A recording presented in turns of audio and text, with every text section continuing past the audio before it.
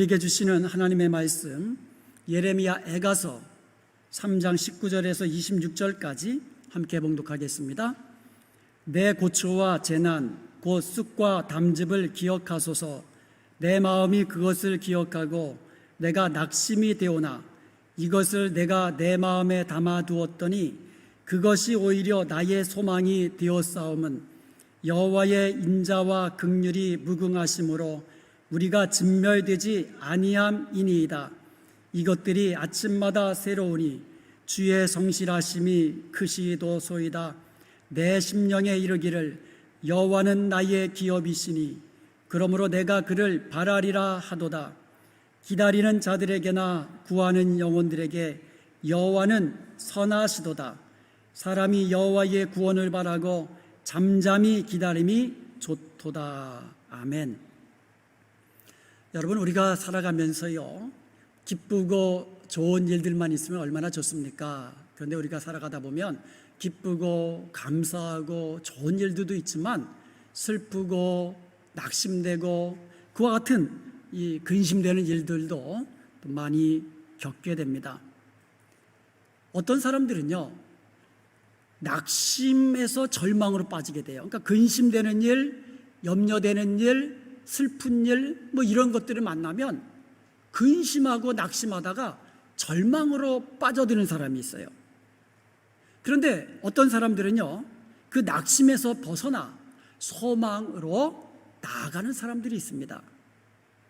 오늘 본문은요, 우리가 어떻게 하면 낙심에서 벗어나서 소망에 이를 수 있는가, 소망으로 나아갈 수 있는가, 그 방법을 우리에게 알려주고 있습니다. 그러므로 오늘 말씀을 우리가 마음에 잘 새겨가지고 우리의 인생길에서 슬픈 일이 오고 낙심되는 일이 온다 할지라도 그것을 이겨내고 소망으로 나아가는 저와 여러분 되시기를 주님의 이름으로 축복합니다. 예레미야 선지자는요, 눈물의 선지자로 알려져 있습니다. 예레미야서 1장 1절을 보면은요, 슬프다 이렇게 시작합니다. 1장뿐만 아니고요, 2장도 또 4장도 슬프다 이렇게 시작합니다. 예레미야 선지자가 왜 이렇게 눈물의 선지자가 되었을까요? 예레미야 선지자는요, 40년간 유다 나라에서 선지자로 활동을 했습니다. 그런데 그 당시에 유다가요, 하나님을 떠나게 됩니다. 무상을 숭배하게 됩니다. 도덕적으로 음란하고 방탕하고 죄악의 길로 다니게 됩니다. 그러니까 하나님께서 유다 백성들을 심판하시는 거예요. 이방 나라 바벨론을 들어서 유다를 치게 하셔서 유다를 멸망시켜버립니다. 예루살렘 성전도 파괴되고요, 백성들은 포로로 끌려가서 그 포로지에서 모진 고초를 당하면서 그렇게 괴롭게 하루하루를 살게 된 것입니다. 예레미야 선지자는요, 이렇게 되리라는 것을 하나님께 이미 말씀을 받았어요. 그리고 백성들에게 그대로 전했어요. 회개하라, 하나님께로 돌아와라. 그렇지 않으면 너희가 바벨론에게 멸망하리라. 이렇게 친히 예언한 사람이 예레미야 선지자입니다. 그런데 막상 자기가 말씀을 전한 대로, 예언의 말씀을 전한 대로 자기 고국 유다가 완전히 바벨론에게 멸망하고 성전은 파괴되고 백성들은 포로로 끌려가서 모진 고난 당하고 있는 모습을 보니까 아무리 자기가 그렇게 전했어도, 그리고 말씀대로 됐어도 그 모습을 보는 예레미야는 슬픈 거예요. 고통스러운 겁니다. 낙심되는 겁니다. 그러면 예레미야 선지자가 그토록 슬퍼하며 탄식했고 낙심했던 구체적인 이유가 무엇입니까? 제가 좀 전에도 말씀드렸지만 유다가 바벨론에게 멸망한 거예요. 그런데 유다는요, 하나님의 택함 받은 나라예요. 유다 족속은 하나님의 택하신 족속입니다. 그리고 바벨로니아는 이방 족속이에요. 그러니까 예레미야가 생각하기에, 아니 유다 나라가 아무리 죄를 범하였다 쳐도 아니, 이방 나라만 하겠습니까? 아니, 저들은 우리보다 더 악하지 않습니까?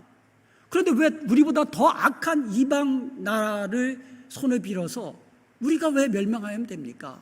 어찌하여 하나님의 택하신 유다가 이방 나라에 멸망당하게 되었습니까? 이렇게 탄식하며 낙심한 겁니다. 두 번째로 예루살렘 성전이 바벨론의 침략자들에게 파괴된 겁니다. 완전히 파괴되었습니다. 성전이 어느 곳입니까? 하나님의 거룩한 이름, 하나님의 거룩하신 하나님이 영광 중에 거하시는 곳, 그게 성전 아닙니까? 그와 같은 성전이 어떻게 해서 이방인의 손에 유린되고 파괴될 수 있습니까? 이렇게 탄식하며 낙심하는 거예요. 그리고요, 유다 백성들이 바벨론에서 포로 생활하는 거 보니까 아주 마음이 안타까운 겁니다. 가나안 땅, 그들이 살고 있었던 가나안 땅이 어떤 곳입니까? 하나님의 약속의 땅입니다. 하나님이 약속해 주신 땅이에요. 그리고 하나님께서 그 길로 인도해 주신 땅입니다. 그와 같은 땅인데 그러한 땅에서 이제 그런 땅은 다 빼앗기고 바벨론에게 포로로 끌려가서 이방 나라에서 그토록 비참하게 포로 생활하는 이 백성들의 모습을 보니까 하나님이여 슬프도소이다. 어찌하여 하나님의 백성이 어떻게 이렇게 고통을 당하게 되었습니까? 이렇게 탄식하며 낙심하는 겁니다. 그러면서 더 낙심되는 것은 뭐냐 하면 이제 우리는 이 하나님이 약속의 땅으로 주신 가나안 땅을 완전히 이제는 잃어버리게 되었다. 그런 생각을 하니까 이거는 슬픈 거예요. 낙심되는 겁니다. 절망스러운 겁니다. 그랬던 예레미야가 오늘 본문에서 소망을 노래하기 시작합니다. 오늘 본문 20절에 보면 내가 낙심이 된다 그랬고요. 그런데 21절에 보니까 그것이 오히려 나의 소망이 되었다고 이야기합니다. 낙심으로 시작했는데 이것이 소망으로, 소망의 노래로 바뀌기 시작합니다. 참으로 놀라운 반전이 아닐 수 없습니다. 그렇다면 어떻게 해서 예레미야는 그와 같은 낙심 중에, 탄식 중에 소망으로 바꾸어서 노래할 수 있게 되었을까요? 어떻게 하면 우리가 낙심에서 벗어나서 소망으로 나아갈 수 있을까요? 오늘 그 방법을 본문 말씀을 통하여 살펴보기를 원합니다. 오늘 그 말씀을 살펴보면서 우리에게 교훈이 되고 또 우리의 마음에 잘 새겨서 우리도 어떠한 낙심의 상황 속에서도 낙심에서 소망으로 나아가는 저와 여러분 되기를 다시 한번 주님의 이름으로 축복합니다. 우리가 낙심에서 소망으로 놀라운 반전을 이루어낼 수 있는 방법은 생각을 바꾸는 겁니다. 생각을 바꾸는 거예요. 한번 따라서 해보십시다. 생각을 바꾸십시다. 우리의 생각만 바꾸면요 낙심에서 소망으로 나아갈 수 있습니다. 예레미야는요 조국이 멸망하고요 예루살렘 성전이 파괴되고요 자기 그 사랑하는 백성 유다의 백성들이 포로로 끌려가는 처참한 현실을 목도하면서 어느 순간부터 하나님에 대하여 잘못된 부정적인 생각을 가지게 되었습니다. 한번 볼까요? 3장 1절에 보면 여호와께서 자신을 분노의 매로 때리신다 그랬어요. 여호와는 때리시는 하나님으로 생각한 거예요. 2절에 보니까 나를 어둠 안에서 걸어가게 하셨다고 했습니다. 자기가 지금 어둠 속에서 걸어가고 있는데 하나님이 그렇게 걷게 하셨다는 거예요. 3절에 보니까 종일토록 손을 들어서 자신을 치신다는 거예요. 종일토록. 계속해서 곰이나 사자같이 자기를 갈기갈기 찢어버리신 분도 하나님이시라고 이야기합니다. 자신에게 쓴 것을 마시게 하시고 조약돌로 자기의 이를 쳐가지고 부서뜨리신 분이 하나님이시라고 이야기합니다. 그리고 17절에 보니까 자신의 마음의 평강을 뺏어가신 분도 하나님이시라고 생각한 거예요. 자, 지금 자기가 당하고 있는, 겪고 있는 이 모든 고난, 이 처참한 현실 모두 다 누구 탓이에요? 하나님 탓으로 돌리는 거예요. 때리시는 하나님, 파괴하시고 진노하시고 심판하시는 하나님, 심지어 이를 꺾으시고 어두움으로 걷게 하시는 하나님, 이런 하나님으로 생각하는 겁니다. 그러니까 하나님에 대해서 이렇게 잘못 생각하니까 18절에서 이렇게 탄식하는 거예요. 이제는 주님께 두었던 모든 소망이 다 사라졌습니다. 여태까지 소망을 주님께 두고 살았는데 하나님에 대하여 생각을 잘못하니까 그 하나님께 두었던 소망이 다 사라져버린 거예요. 이것은 하나님에 대한 잘못된 생각의 결과입니다. 하나님에 대해서 잘못 생각하니까 탄식하게 되지요, 낙심하게 되지요, 절망에 빠지게 되는 거예요. 그래서 생각을 잘해야 돼요. 이렇게 예레미야가 하나님에 대해서 생각을 잘못했을 때에는 아주 그냥 낙심과 절망으로 빠져들다가 하나님에 대한 생각을 바꾸게 됩니다. 22절에 보니까 여호와의 인자와 긍휼이 무궁하심으로 우리가 진멸되지 아니함이니이다. 여호와 우리 하나님은 긍휼과 인자하심이 무궁하신, 한이 없으신, 크신 그런 하나님이십니다. 이렇게 고백하는 거예요. 23절에 보니까 이것들이 아침마다 새로우니 주의 성실하심이 크도소이다.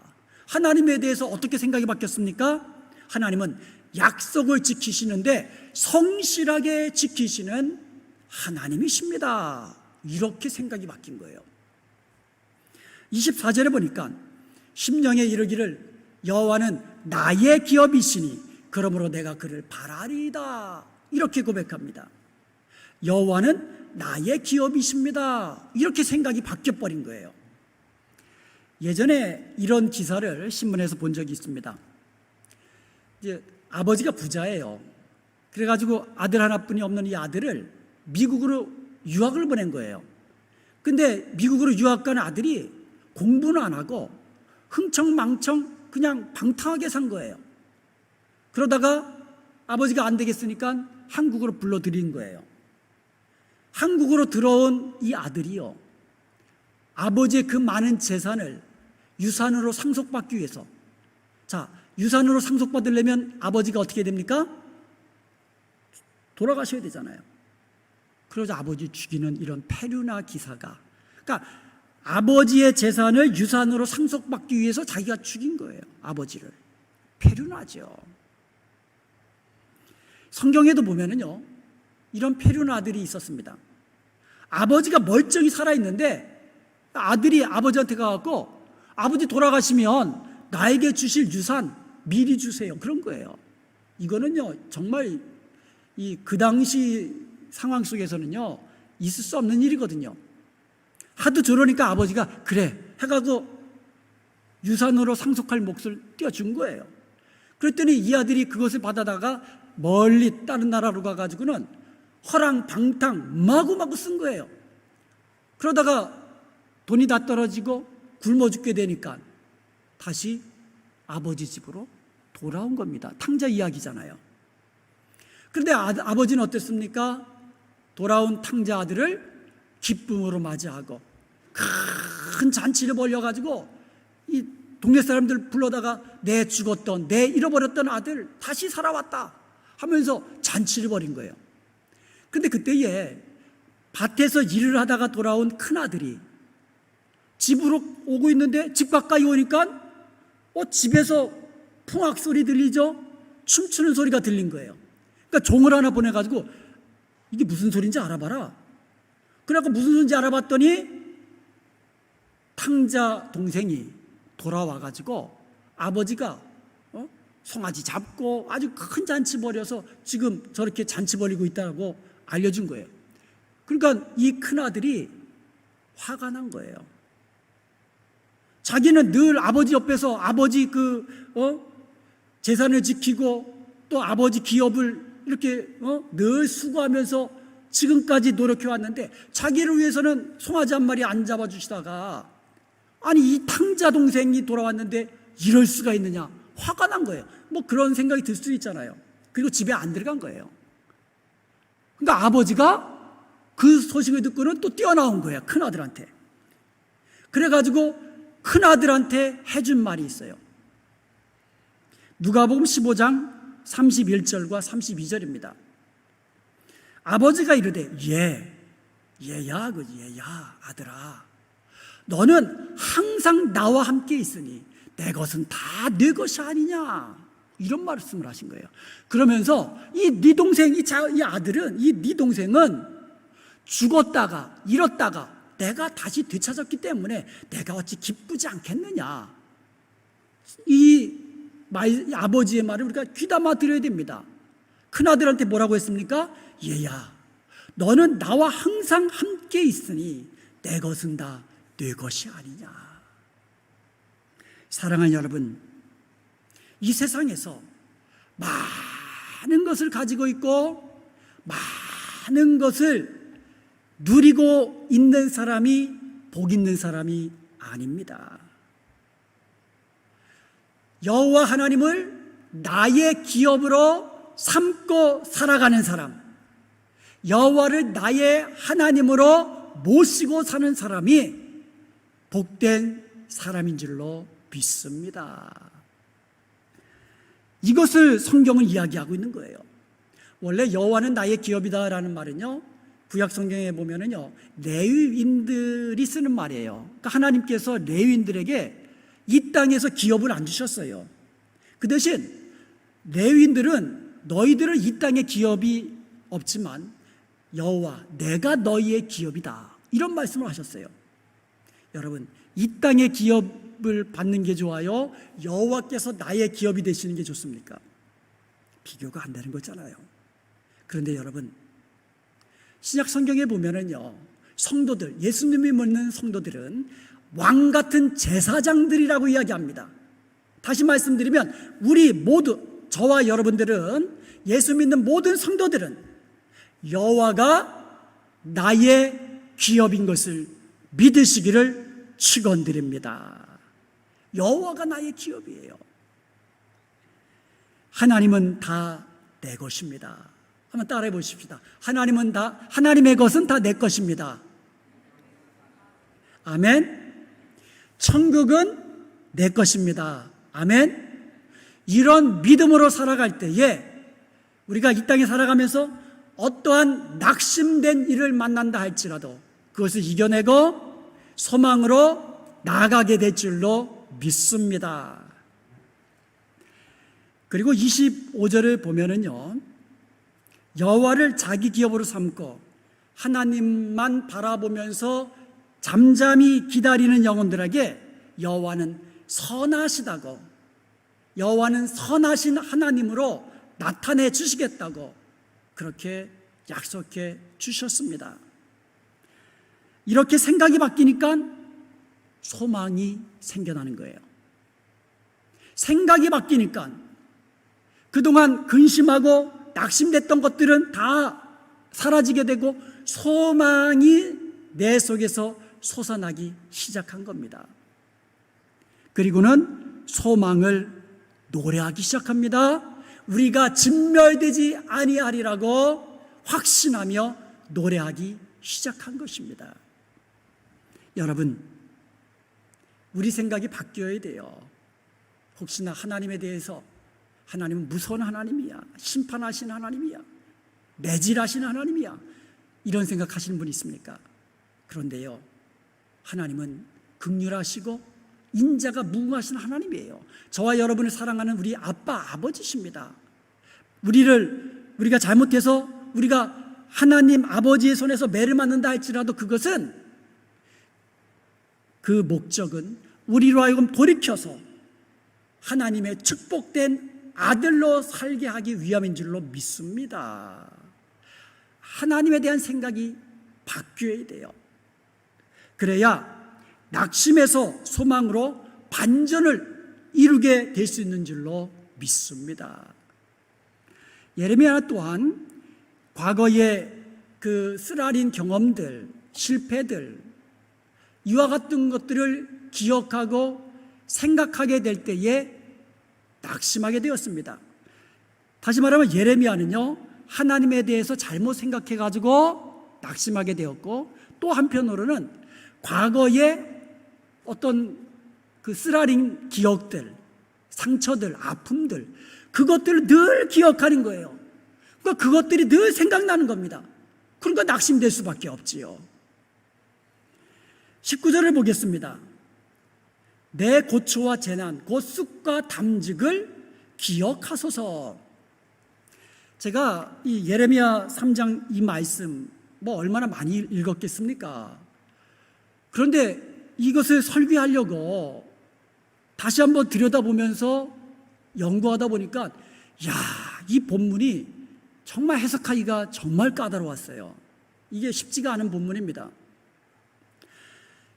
기억하소서라는 말은 히브리어로 자카르라고 합니다. 자카르, remember, 기억하다라는 뜻이에요. 기억하다라는 뜻이 기억하다. 그러니까 오늘 본문에서는 이것이 명령형으로 됐으니까 기억하라예요. 기억하라. 그래서 영어 성경 킹 제임스 버전에서는 remember라고 보니까 remember. 그러니까 구절 말씀은 결국 이런 뜻이에요. 내 고초와 재난, 곧 쑥과 담즙을 기억하라. 이게 원문의 뜻입니다. 기억하소서가 아니고 기억하라. 이게 원문의 뜻이에요. 그러면 누구에게 기억하라는 겁니까?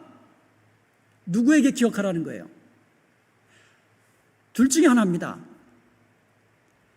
하나님께, 하나님, 내가 지금 겪고 있는, 또 내가 지금 겪었던 고초와 이 재난을 기억해 주옵소서. 오늘 본문 말씀처럼 그렇게 하나님께 간청하면서 쓰여질 수 있는 거예요.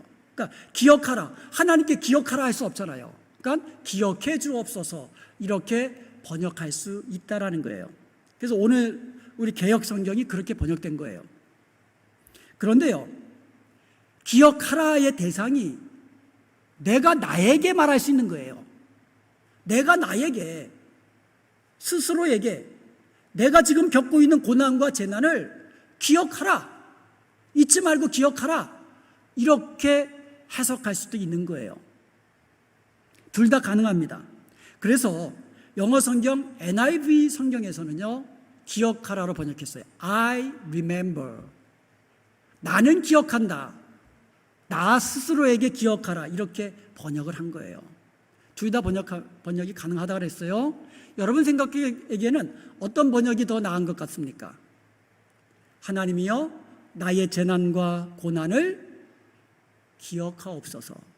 아니면 나는 내가 겪고 있는, 또 내가 겪은 이 고난과 재난을 나는 기억한다. 어떤 게 맞는 것 같아요? 제 생각에는요, 제가 이 본문을 쭉 연구하다 보니까 I remember, 영어 NIV 성경 번역이 제 생각에는 더 나은 것 같아요. 그러니까 둘 다 번역이 가능한 거예요. 그러니까 영어 성경은 I remember라고 번역했으니까. 왜 그렇게 생각하냐면 20절을 한번 보겠습니다.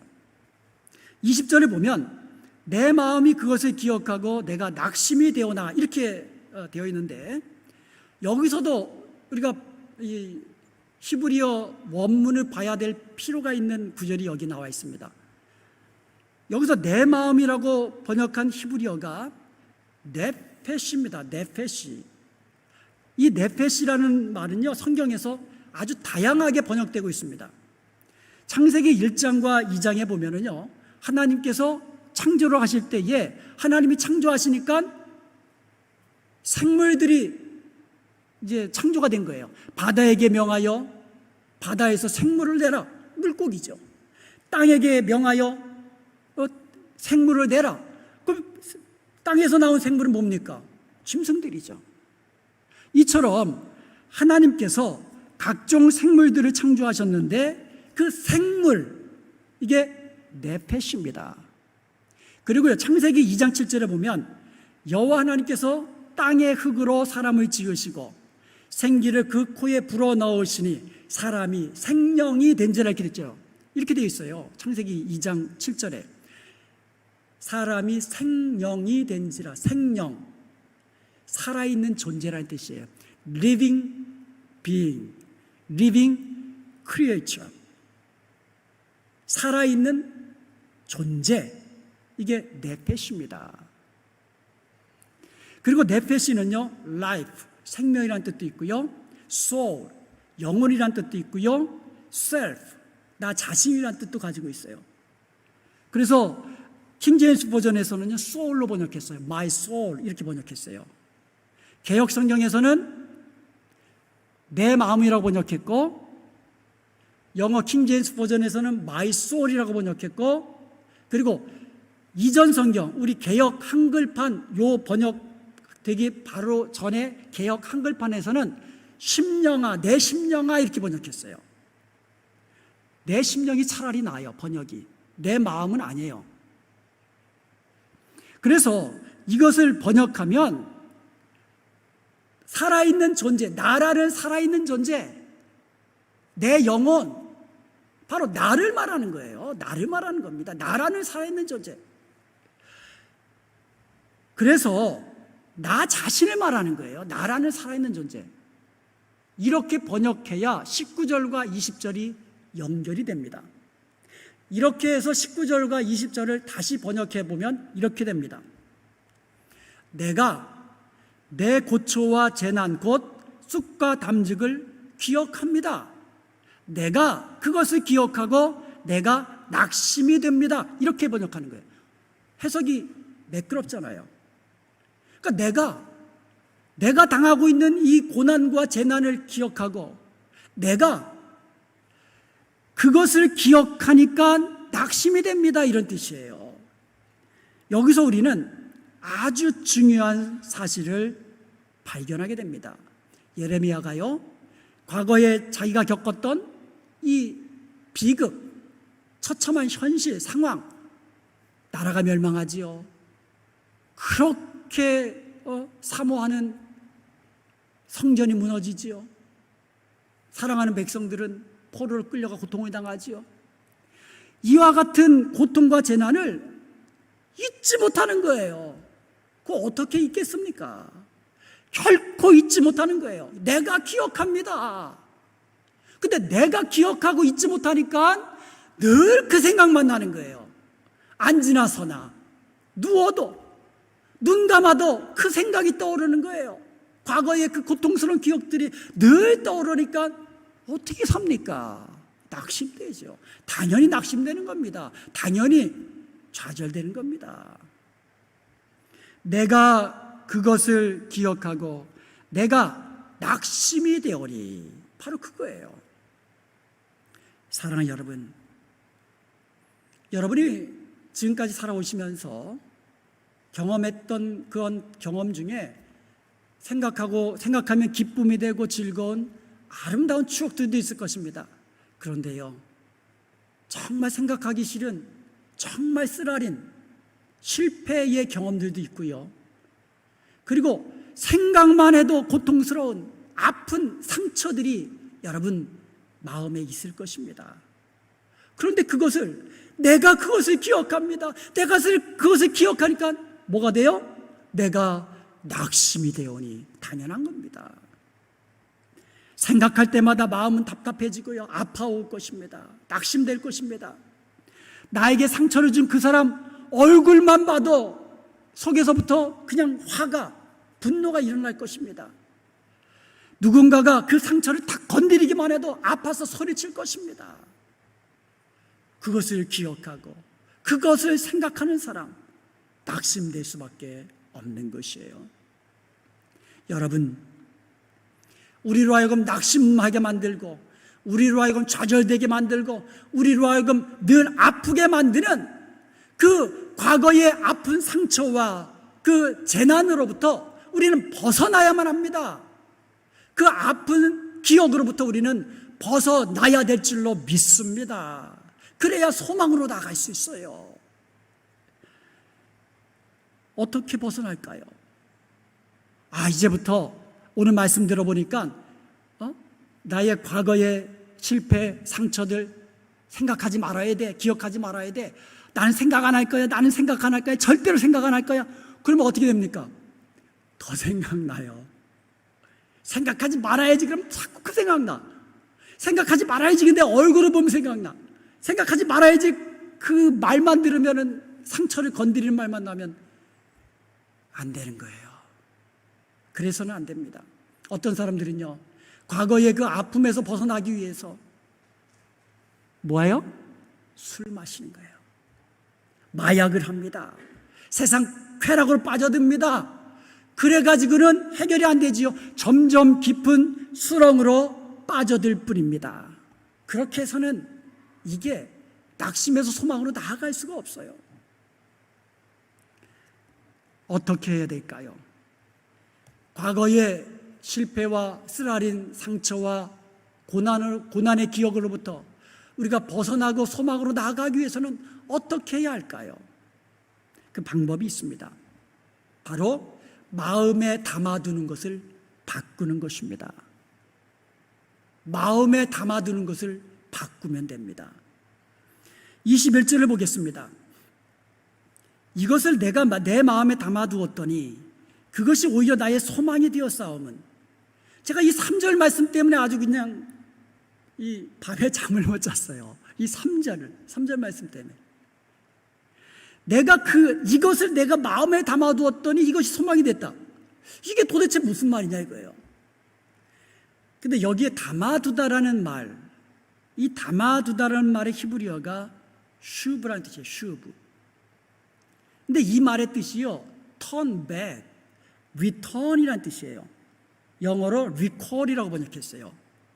우리 이거 성경 전에, 개역 성경 전에 개역 한글 성경에는 중심에 회상한즉 이렇게 번역했어요. 잘 번역했어요. 그게 번역이 낫습니다. 내 마음에 이것을 담아두었으면, 이게 무슨 말인지 잘 몰라요. 예레미야의 상황이 바뀌지 않았습니다. 그렇잖아요. 예레미야가 아무리 기도하고 발버둥 쳐도 상황 바뀐 것 하나도 없어요. 현실의 벽은 그대로 높을 뿐입니다. 그런데 마음에 담아두는 것을 바꾸니까 그것이 오히려 소망이 되었다는 거예요. 이게 무슨 뜻입니까? 마음에 담아두는 거, 회상하는 거, recall. 다시금 그 과거의 현장으로 돌아가가지고 다시 한번 생각해 본다는 거예요. recall 해보는 거예요. 다시 한번 생각해 보는 거예요. 다시 생각해 보니까 지금 유다가 멸망하고 성전이 파괴되고 백성들이 포로로 끌려가고 고통당하는 것이 누구 때문이에요? 하나님 때문이 아니었구나.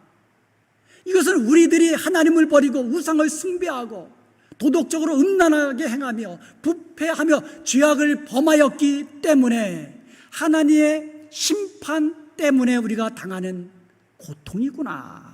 우리 죄 때문이구나. 다시 한번 생각해 보니까 하나님 때문이 아니었다라는 거예요. 그리고요, 또 가만히 생각해 보니까 무엇을 깨달았냐면, 지금 이 같은 현실이 하나님이 하신 말씀 그대로구나 그랬어요. 예레미야 선지자는요, 하나님께 예언의 말씀을 받았습니다. 그 예언의 말씀의 핵심은 바벨론에게 멸망한다는 거예요, 유다가. 그것을 실제로 전했어요. 그러니까 자기가 전했던 하나님이 주신 말씀 그대로 된 것이구나. 여기서 예레미야가 깨달은 것이 있습니다. 하나님은 한 번 말씀하신 것은 반드시 지키시는 신실하신 하나님, 성실하게 지키시는 성실하신 하나님이시구나. 이것을 가만히 생각해 보니까 그것을 깨달은 거예요. 그리고 나서 예레미야가 깨달은 것이 또 하나 있습니다. 하나님이 말씀하신 것이 하나 더 있구나. 하나님이 말씀하신 게 또 하나 있거든요. 그게 무엇입니까? 70년 이후에, 70년이 차면 다시 너희가 회복되고 고국으로 돌아가게 될 것이다. 이 약속을 해주셨거든요. 이게 생각난 거예요. 70년이 차면, 지금은 비록 우리가 고난 중에 아파하고 고통스럽지만 70년이 지나면 다시 우리가 고국으로 돌아가 유다 나라를 회복시킬 수 있구나. 하나님의 약속의 말씀을 다시 생각해보고 희상해보니까 소망이 생기기 시작하는 거예요. 생각이 시작한 겁니다. 그때부터 예레미야는 우리들이 진멸되지 아니하리로다 이렇게 확신하며 소망을 노래하게 된 줄로 믿습니다. 하나님은 자신들의 죄 때문에 손을 들어 매로 치셨지만 하나님은 인자와 긍휼이 무궁하시기 때문에 자신들을 고치시며 다시 회복시키실 것을 믿었던 것입니다. 그리고 신실하신 하나님께서는 때가 되면 하나님이 약속하신 70년이 지나면 약속의 말씀을 성실히 지키셔서 우리로 하여금 다시 본토 그 땅으로 돌아가게 하실 것을 믿었던 것입니다.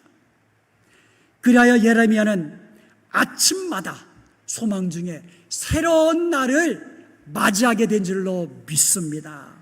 그때까지는 슬픔 중에 낙심 중에 잠들었고 아침에 눈을 뜨면 소망 없는 절망의 날을 맞이했지만 이렇게 바뀌고 나니까 생각이 바뀌고 마음에 담아두었던 것을 다시 한번 바꾸고 나니까는 아침에 소망 중에 눈을 뜨게 된 줄로 믿습니다.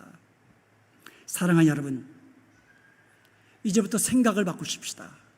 한번 따라해 보십시다. 생각을 바꾸자. 생각을 바꾸십시다. 과거에 아프고 힘든 부정적인 기억들, 상처들 이제는 다 벗어버리십시다. 쓰레기처럼 여기고 배설물처럼 그냥 다 버려버리십시다. 그리고 나서 우리의 마음에 하나님으로 가득 채우십시다. 하나님의 말씀으로 우리의 마음을 가득 담아 두십시다. 그리고 그 말씀을 늘 묵상하면서 그 말씀 붙잡고 살아가십시다. 그러면 지난밤까지 낙심되고 죽을 것 같았던 내가 이제는 변하여서 우리의 마음에 늘 긍휼과 인자하심이 크신 하나님을 묵상하면서 하나님의 말씀을 바라보면서 하나님의 말씀을 마음에 채워넣고 소망 중에 새 아침을 날마다 소망 중에 기쁨의 새 아침을 맞이하게 될 줄로 믿습니다. 사랑하는 여러분, 고난 중에 여호와를 바라보십시오. 그리고 잠잠히 구원의 하나님을 기다리십시오. 그리하여서 여호와를 기업으로 받는 축복의 백성, 여호와의 선하심을 날마다 경험하는 복된 백성이 되는 저와 여러분이 되시기를 주님의 이름으로 축원드립니다. 아멘.